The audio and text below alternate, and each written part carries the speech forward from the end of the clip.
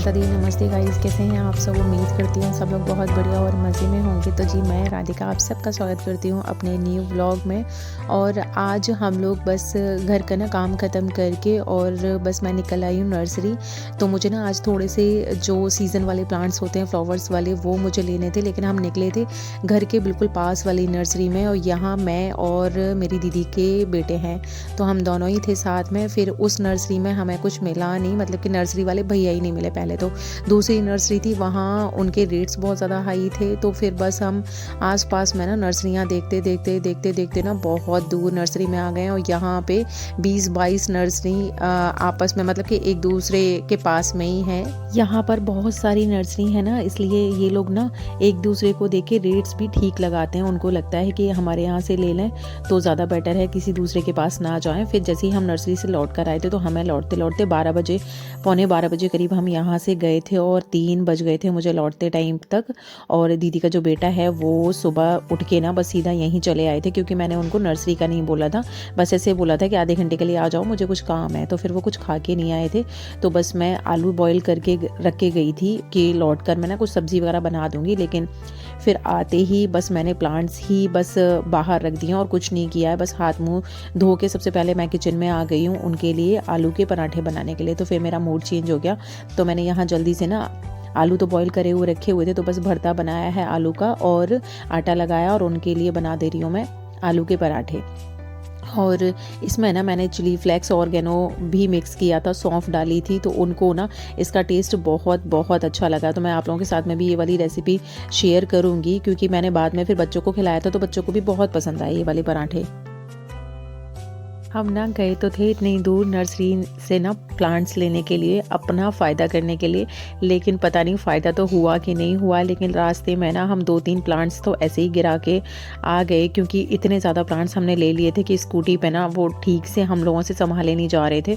तो कुछ ना जहाँ पैर रखने वाली जगह होती है वहाँ पर भी रख के लेकर आए थे, तो वहाँ से 2-3 प्लांट्स गिर गए और मैं भी काफ़ी बड़ी टोकरी पकड़ी हुई थी पीछे की साइड में। तो फिर बहुत मुश्किल हो रहा था घर तक आना और हम लोग बहुत दूर पहुँच गए थे, 10-11 किलोमीटर दूर पहुंच गए थे।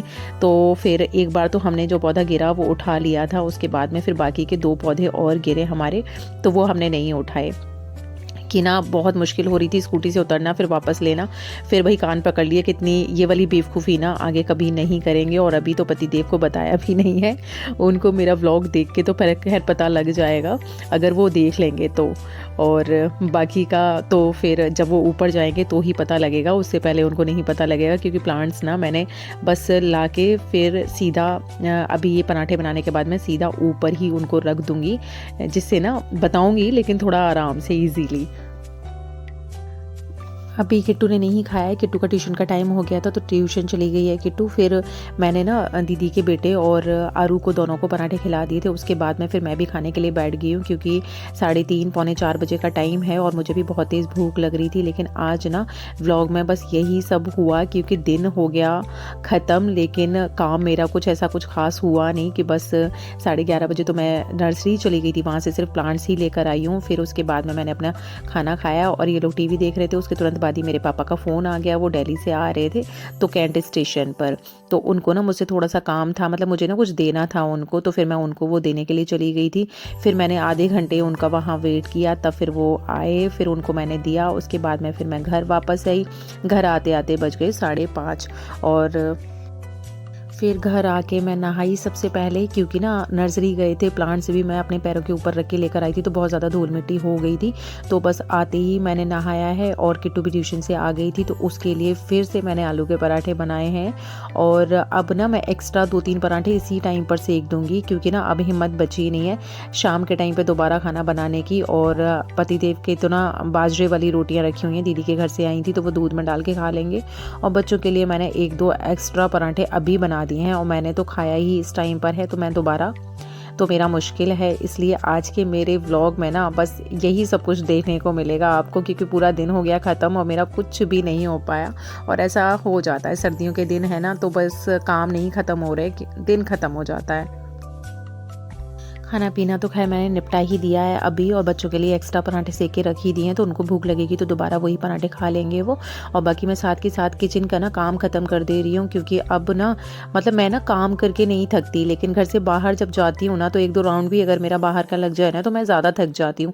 तो ऐसे लग रहा है बस कि मुझे ना बहुत ज़्यादा थकान हो गई है, जबकि मेरे घर का ना आज कुछ भी ऐसा कुछ ख़ास काम हो ही नहीं पाया। बस बाहर ही बाहर घूमने घामने का ही ना बस ऐसे ही रहा। तो फिर मैं यहाँ दूध गर्म करने का बस काम रह जाएगा, तो पूरा किचन ना साफ़ हो ही गया है। क्योंकि अब अब क्या ही बताऊँ, मतलब प्लांट्स लेने के लिए गए तो हमने 3-4 घंटे वहाँ बर्बाद कर दिए। फिर पापा के पास गई तो फिर वहाँ 1 घंटा करीब वहाँ मेरा ख़राब हो गया। तो फिर घर आके अब आप देख ही रहे हो कि पूरा दिन का ना ऐसे निकल गया। सर्दियों का टाइम है ना, तो बस दिन ख़त्म हो जाता है। लेकिन जो हमने प्लानिंग करी होती है ना, मैंने आज प्लानिंग करी हुई थी जो काम की, वो मेरे काम आधे भी नहीं हो पाए।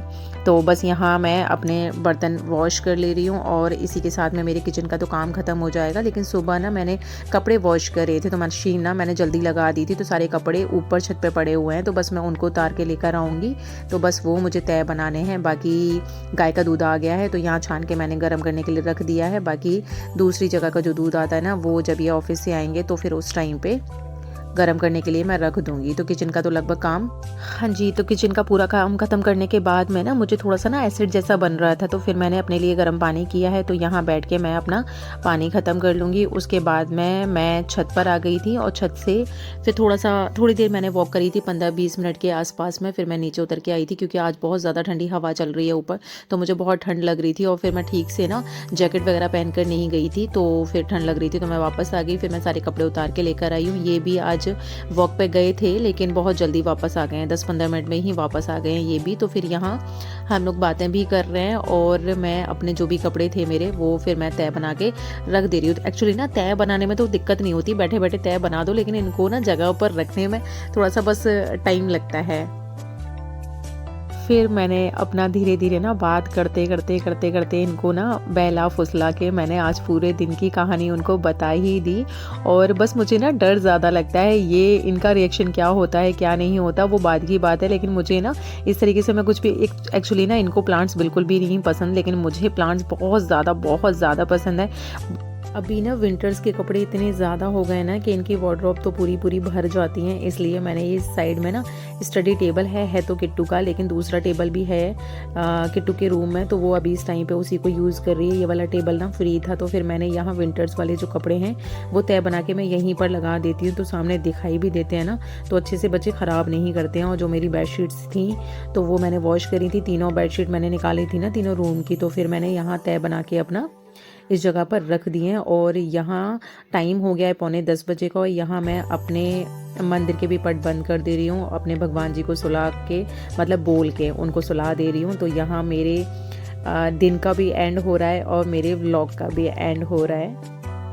तो ये था आज पूरे दिन का मेरा व्लॉग, जो कुछ भी मैंने आज किया आप लोगों के साथ में शेयर किया है। और आप लोगों से उम्मीद करती हूँ कि मेरे व्लॉग का कोई भी पार्ट अच्छा लगता है तो लाइक करना प्लीज़ मत भूला करिए।